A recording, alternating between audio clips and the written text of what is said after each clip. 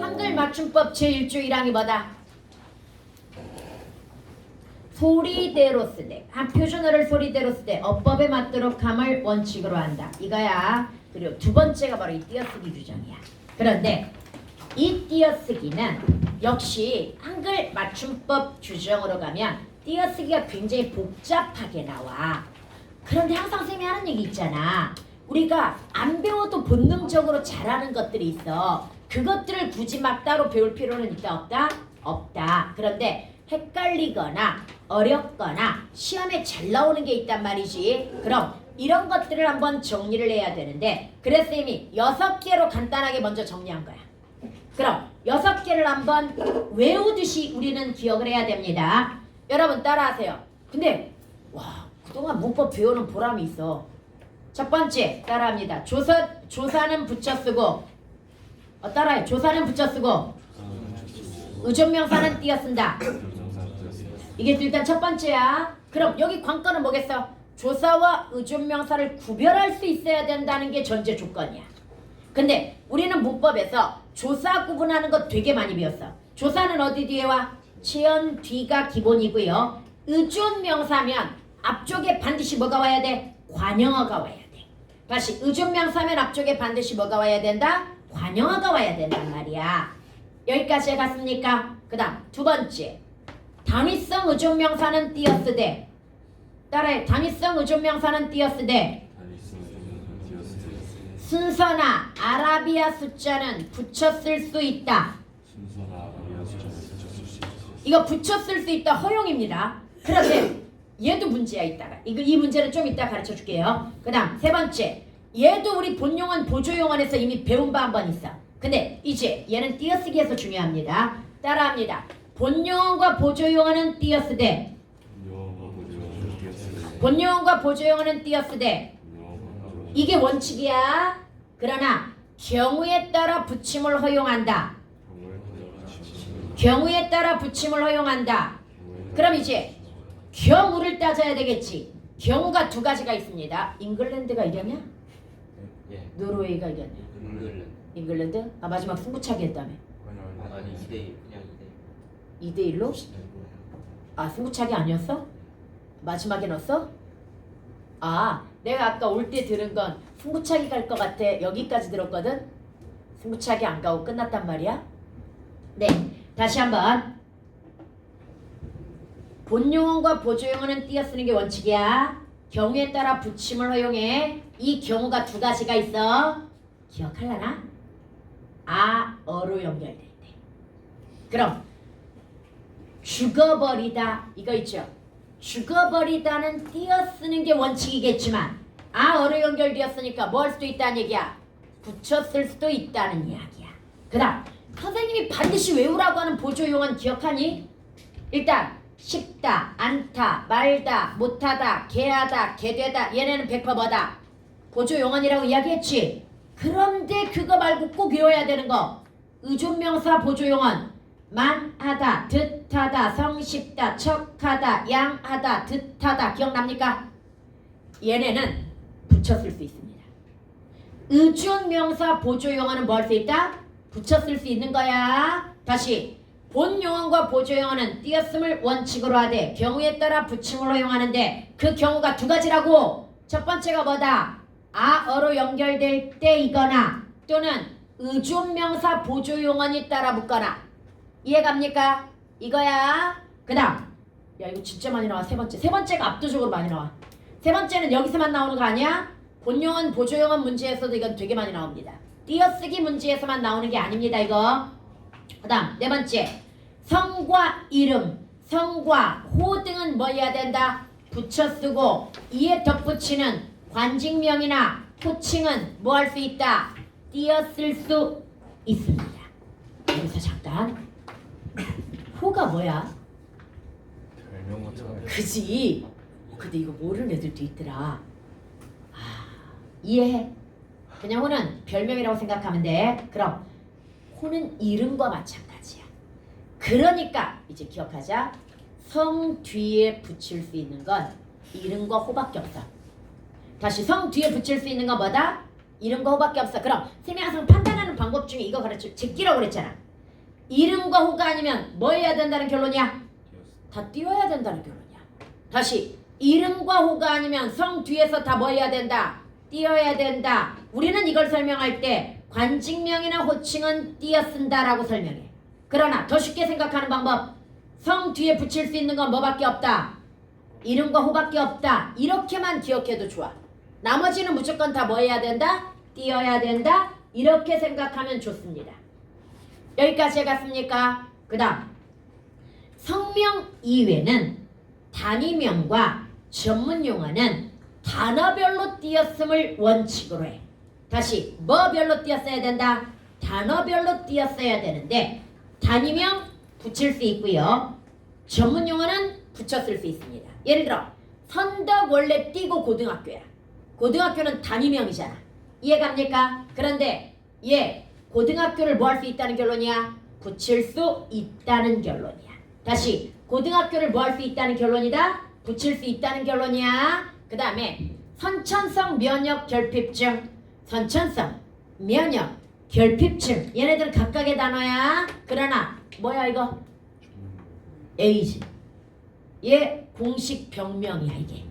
그럼 얘네는 전문 용어잖아. 그럼 선천성 띄고 면역 띄고 결핍증이라고 가야 되겠으나 붙여서도 쓸 수 있다는 얘기야.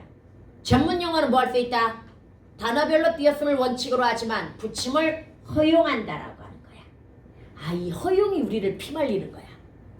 그냥 원칙만 있으면 좋겠어. 그치? 여러 개 단어로 봐야 되는 아, 오 좋은 질문이야. 항상 하는 얘기. 여러분, 그럼요.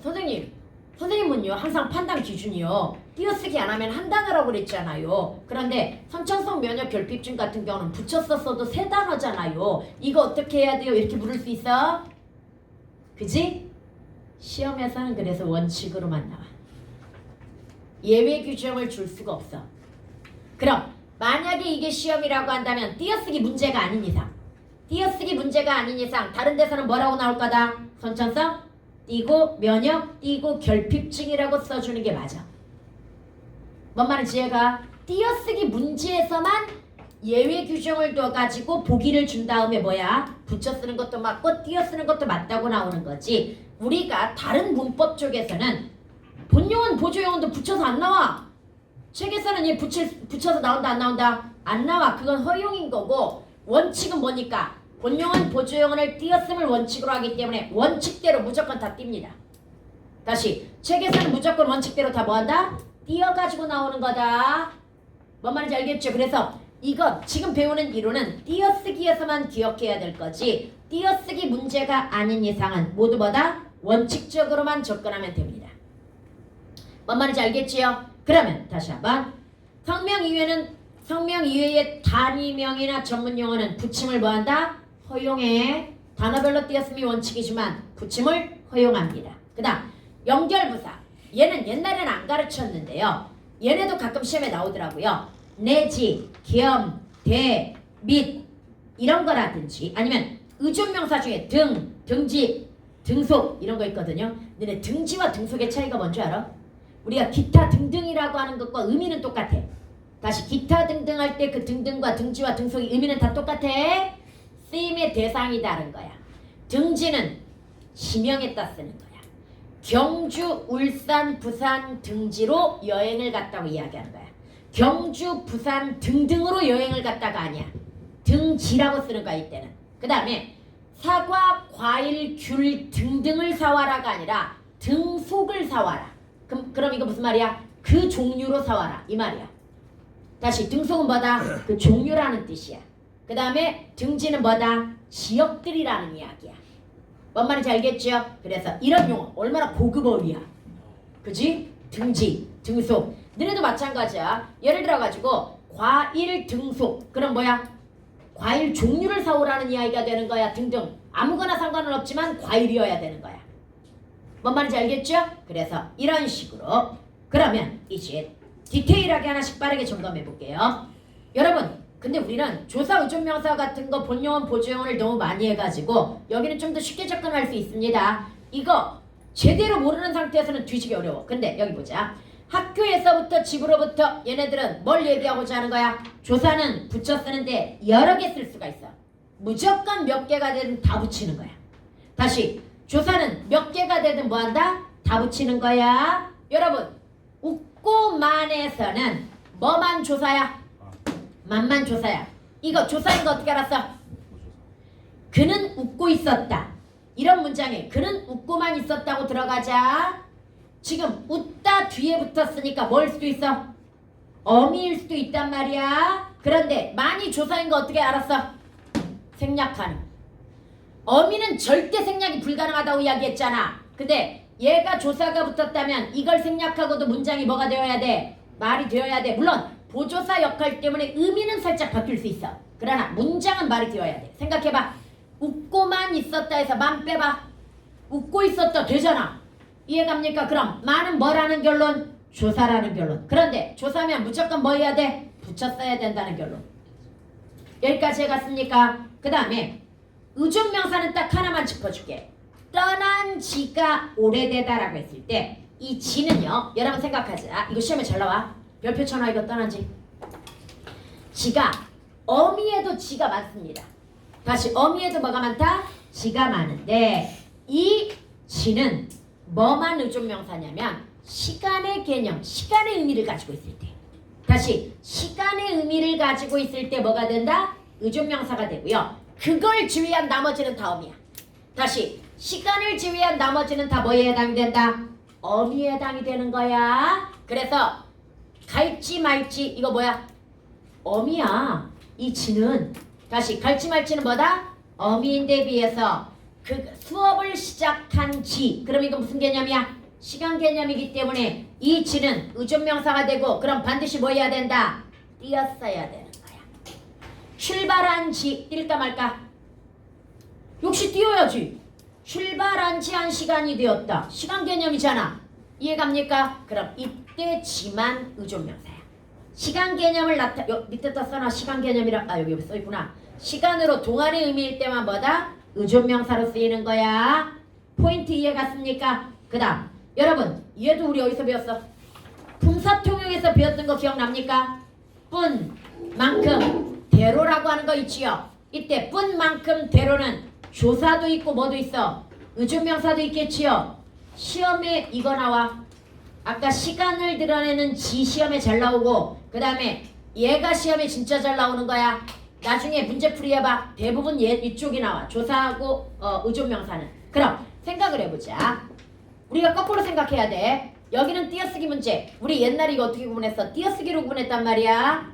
붙어있으면 조사고 띄어있으면 뭐구나? 의존명사구나. 왜? 문제에서 띄어쓰기를 틀리게 낼 리가 없으니까. 이해갑니까? 그러나 이제 반대로 봐야 돼. 조사면 어디 뒤에 붙어? 체연 뒤에. 그래서 체연 뒤에 있으면 조사니까 붙였어야 되는 거야.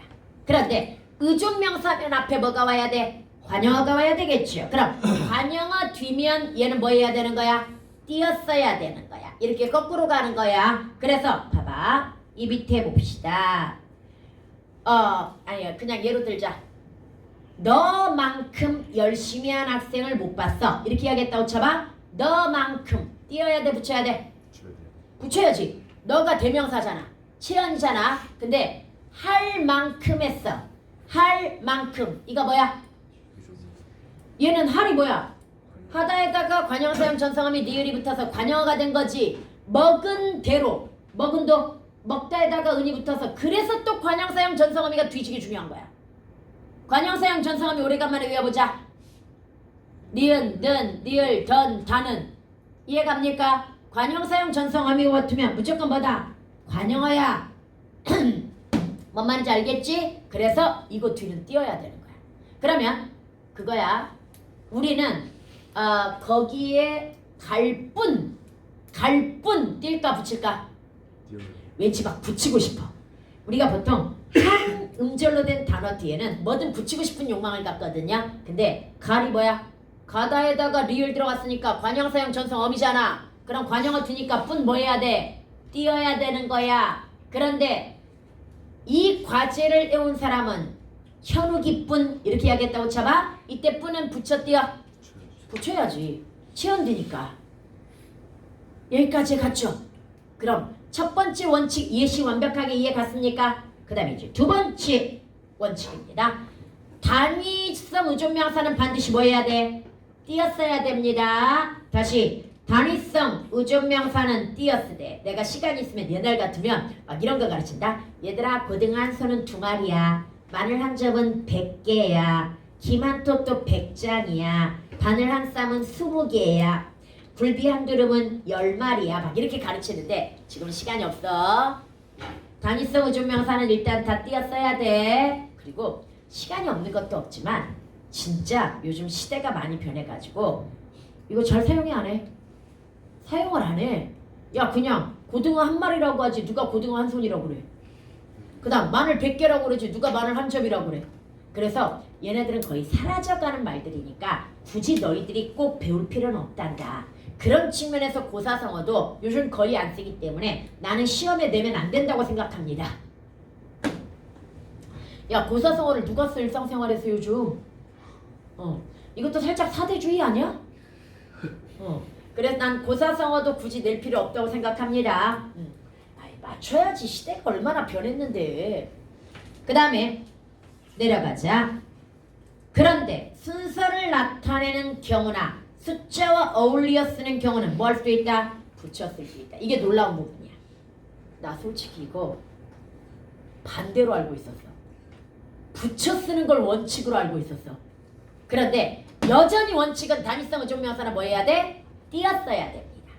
그리고 붙임을 허용합니다. 이때 2시 30분 5초 그 다음 몇 년 몇 월 며칠 이거 있잖아. 순서다 전부. 그러니까 연, 월, 일, 시, 분초는 순서이기 때문에 단위성 의존명사에 뭐한다? 붙여 쓸 수 있고 압도적으로 다 붙여 쓰잖아. 솔직히 이거 띄는 게 어색하지 않아? 그잖아. 그래쌤이 착각했던 거야. 붙여 쓰는 게 원칙이라고 착각했던 거야. 다시 압도적으로 다 뭐한다? 순서나 또는 아라비아 숫자. 이게 밑에가 아라비아 숫자잖아. 2000, 20동 303호. 얘네들은 봐봐. 밑에 2000년 띄는 게 더 이상하잖아. 뭔 말인지 얘가. 근데 나 이번에 한글 맞춤 그거 정독했단 말이야. 너네 수업 준비하면서 다시 한번 뭐 해야 돼? 개정됐더라고. 개정이 되어가지고 다시 한번 정독해야 됐다 싶어가지고 정독은 아니고 그냥 쫙 훑어봤어. 훑어봤는데 이거 놀랐어. 난 뭐가 원칙인 줄 알았다? 순서나 아라비아 숫자는 붙여 쓰는 게 원칙인 줄 알았어. 근데 붙였음을 허용한다고. 원칙은 뭐야? 여전히 띄었어야 돼. 그러나 압도적으로 다 붙였어.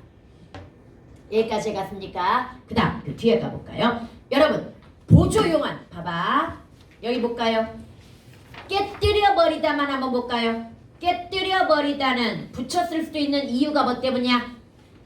깨뜨리다에다가 어가 연결되면서 버리다가 결합되었지. 그럼 어로 연결될 경우에 뭐 할 수 있다?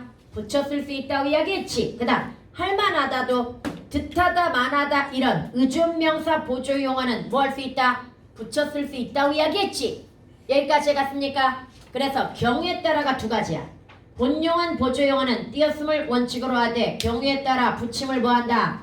허용하는데 첫 번째가 뭐다? 어라는 어미로 연결되었을 때, 두 번째가 뭐다? 의존명사 보조용어니 연결되었을 때. 여기까지 완벽하게 이해 갔지? 그럼 바로 이런 게 사람을 괴롭히는 거야. 붙임을 허용하는데 안 되는 예외가 있어. 앞이 합성동사의 경우.